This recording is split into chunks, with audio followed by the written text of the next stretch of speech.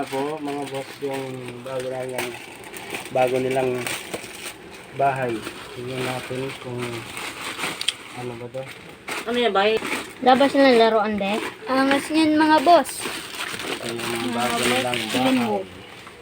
Si Daddy. Ano-anong saan mo sila? Dito lang kasi ano to. Asan yung si Arden? Ganda mga bahay nila boss. Ito yung bago nilang Burot bahay lagi. mga boss.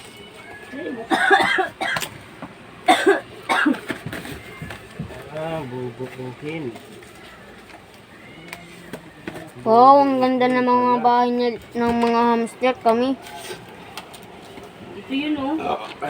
Sana naging hamster na lang ako. Oo. Papakita kung mabuo na natin dahil mahirap na to.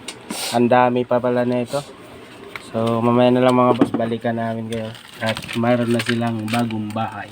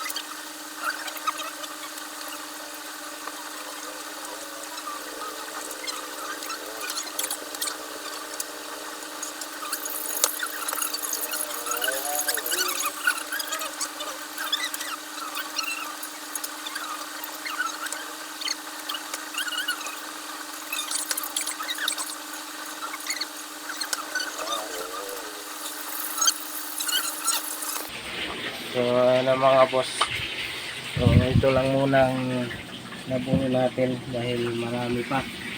Ano, pinagpapakailaman na makukulit. Mga boss. So ito muna. So mamaya papakita ko sa inyo yung kabuuan ng ating video mga boss. Sa part 3 na lang mga boss. Mamaya balikan ko kayo mga boss. Ayan na mga boss, natapos na rin yung ating bagong kulungan nila. Bubuksan na natin. Ay! May tao na. Mayroon na pala. May laman na pala dyan. Oh. Naglalaro na sila. Diyan na kayo. Oh. Oh, bago nilang tulungan. Ang bago nilang tahanan. Oh, ayan na, may bahay-bahay na sila, may laruan na sila. Oh, ayan si Ate Girl, may bagong laruan ka na, Ate Girl, dahil sinira mo yung laruan mo. Oh, huwag mag-away. Dahil ayusin ko yung bago nyong laruan, ay bago nyong bahay. Oh, na. So, andito na lang mga boss. So,